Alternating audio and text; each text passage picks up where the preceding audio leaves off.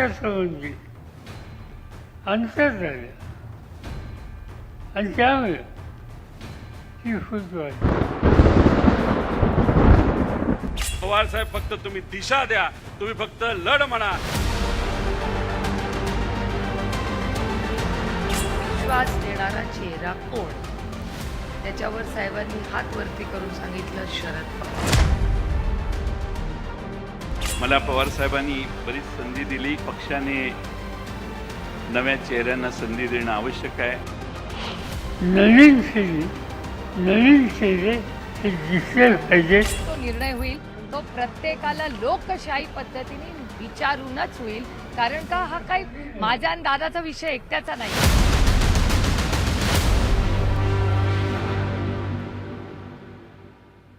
बातमीपत्राच्या सुरुवातीला बातमी पवार काका पुतण्यात रंगलेल्या कलगीजुराची. राष्ट्रवादी काँग्रेसच्या फुटीला जवळपास 2 वर्ष होत आली आहेत, पण या फुटीवरून दोन्ही पक्षात सुरू झालेलं पुराण काही संपताना दिसत नाहीये.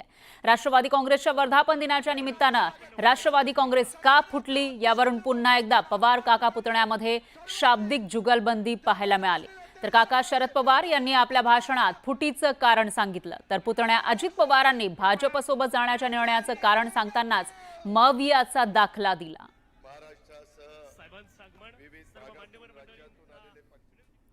दरम्यान मूलभूत विचारातल्या अंतरामुळे पक्षात फूट पडल्याचं शरद पवार म्हणाले. यावर अजितदादांनी काय उत्तर दिले ते बघूयात.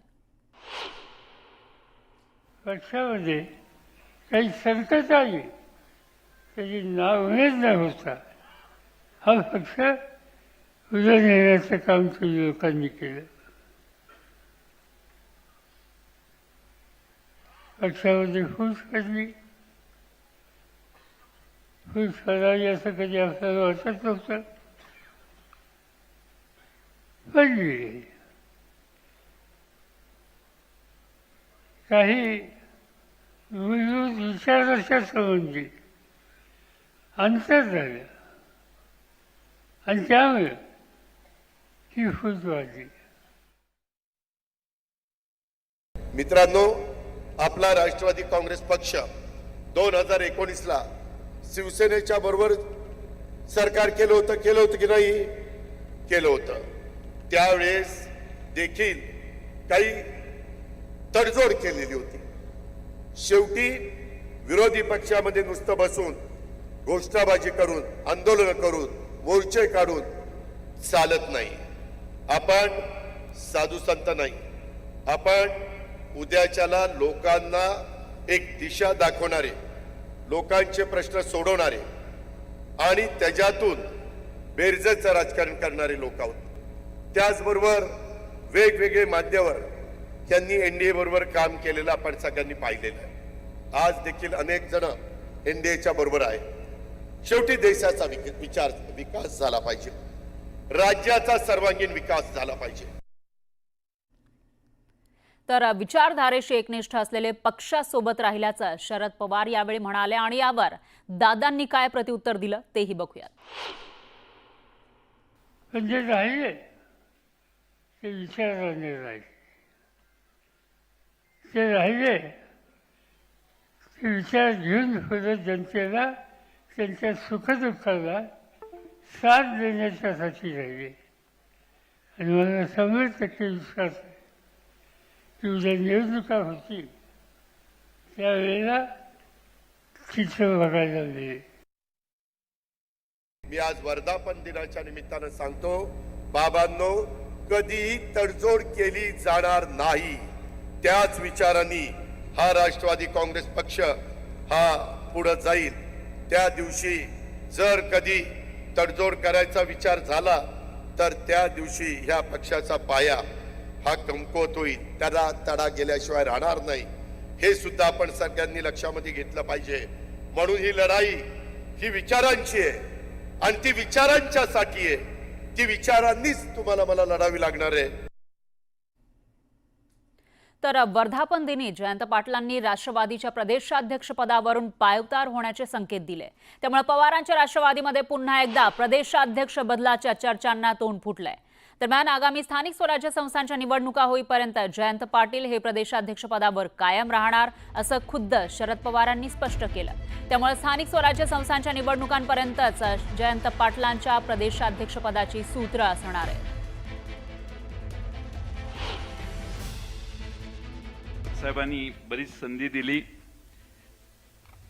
7 वर्षाचा कालावधी दिला। शेवटी पक्षाने नव्या चेहऱ्यांना संधी देणं आवश्यक आहे। या निमित्तानं तुमच्या सर्वांच्या देखत एवढीच साहेबांना विनंती करेन, ऐकत माझं भाषण मला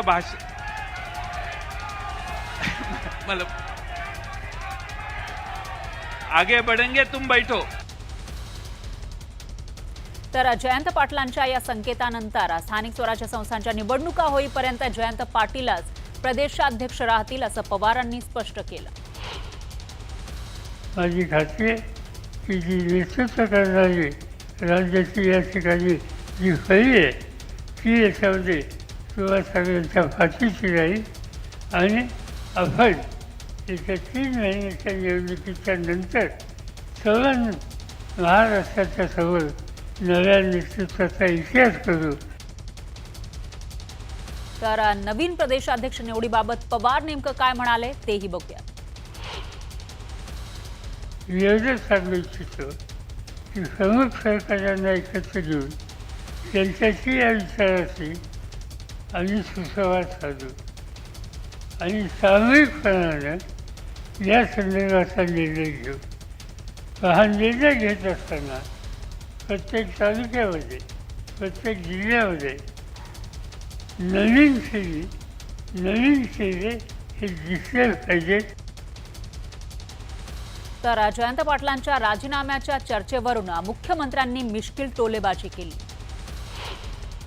परत जयंत पाटलांच्या मनात मला शिरावं लागेल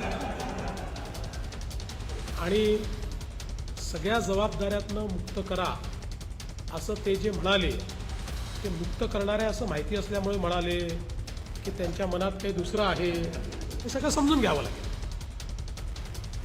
दरम्यान जयंत पाटील हे पक्षातील मोठे नेते आहेत, अशा प्रमुख नेत्यांना बढती देऊन दुसऱ्या राज्यांमध्ये जबाबदारी द्यायला हवी असं विधान रोहित पवारांनी केलं। हे सर्व जे प्रमुख नेते आहेत त्यांना बढती दिली पाहिजे। इतर महत्त्वपूर्ण जी राज्य आहेत, कारण बऱ्याच राज्यातून इथली विशिष्ट परिस्थिती बघता मणिपूर असू द्या, वेस्ट बेंगॉलसुद्धा असू द्या, कर्नाटकात काही प्रमाणात, त्यानंतर राजस्थानमध्ये सुद्धा थोड्या प्रमाणात मागणी, वर नॉर्थमध्ये सुद्धा मागणी, की मग अशा प्रमुख नेत्यांना ज्याला खूप मोठा अनुभव आहेत देशाची एक टीम बनवून त्यांच्या मार्गदर्शनाखाली राज्याचे प्रदेशाध्यक्ष टाकून अशा पद्धतीने जर काम केलं तर त्यांचा अनुभव, त्यांचं मार्गदर्शन, त्यांची विजन आणि इतर जे नवीन पदाधिकारी असतील त्यांची युवकांची जी ताकद असते असं कॉम्बिनेशन केलं तर मला असं वाटतं की अनुभव आणि जिगर याचं कॉम्बिनेशन चांगलं चालू शकतं।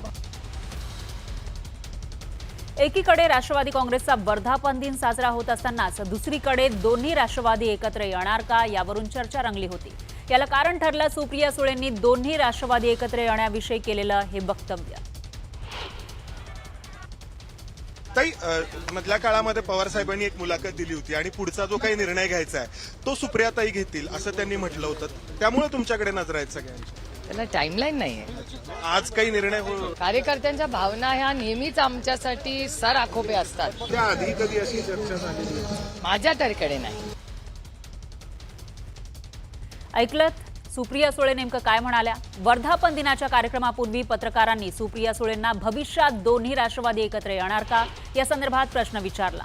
याला कारण म्हणजे गेल्या काही दिवसांपासून राष्ट्रवादीच्या कार्यकर्त्यांकडून एकत्र येण्यासाठी नेत्यांना साथ घातली जाते। या संदर्भात खुद्द शरद पवारांनी भाष्य करत म्हटलं होतं, पक्ष एकत्र येण्यासंदर्भातला निर्णय सुप्रिया सुळेंनी घ्यायचा आहे। पवारांच्या या विधानामुळे सुप्रिया सुळे काय भूमिका घेणार या संदर्भात विविध तर्क लढवले जात आहेत। त्यामध्ये सुप्रियांच्या टाइमलाईन संदर्भातील विधानामुळे मनोमिलनाच्या चर्चांना आणखी उधाण आलेलं आहे। दरम्यान दोन्ही राष्ट्रवादीच्या कार्यक्रमात नेत्यांनी एकमेकांवर टीका करण्याचं टाळल्याचं दिसून आलंय।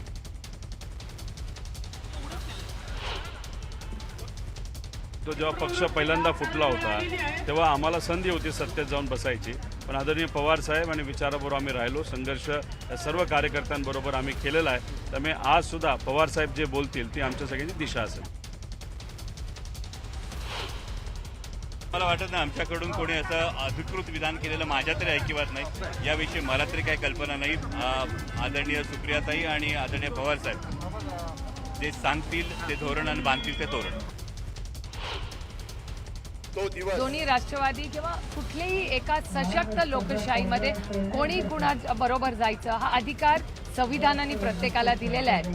आणि मी तुम्हाला खरं सांगू का, ह्या चर्चा खरंच कॅमेरावर होत नाही. आणि अर्थातच एक कुटुंब म्हणून पवार फॅमिली कालही होती, आजही होईल आणि पुढेही आहेच, याच्यात काही वादच नाहीये. त्याच्यामुळे माझ्यावर किंवा दादावर झालेले पवार कुटुंबातले संस्कार आहेत ते त्याच्यात कधीच बदल होऊ शकत नाही. आणि राजकीय लाईन की काय घ्यायची असते ती दादाला आणि आम्हाला दोघांनाही, हा काय बहीण भावांचा खेळ नाही ना, आमच्या दोघांचा भातुकलीचा खेळ नाही, हा एक गंभीर विषय आहे. तर अर्थातच जेव्हा काही तो निर्णय होईल तो प्रत्येकाला लोकशाही पद्धतीने विचारूनच होईल, कारण का हा काही माझ्या आणि दादाचा विषय एकट्याचा नाही आहे.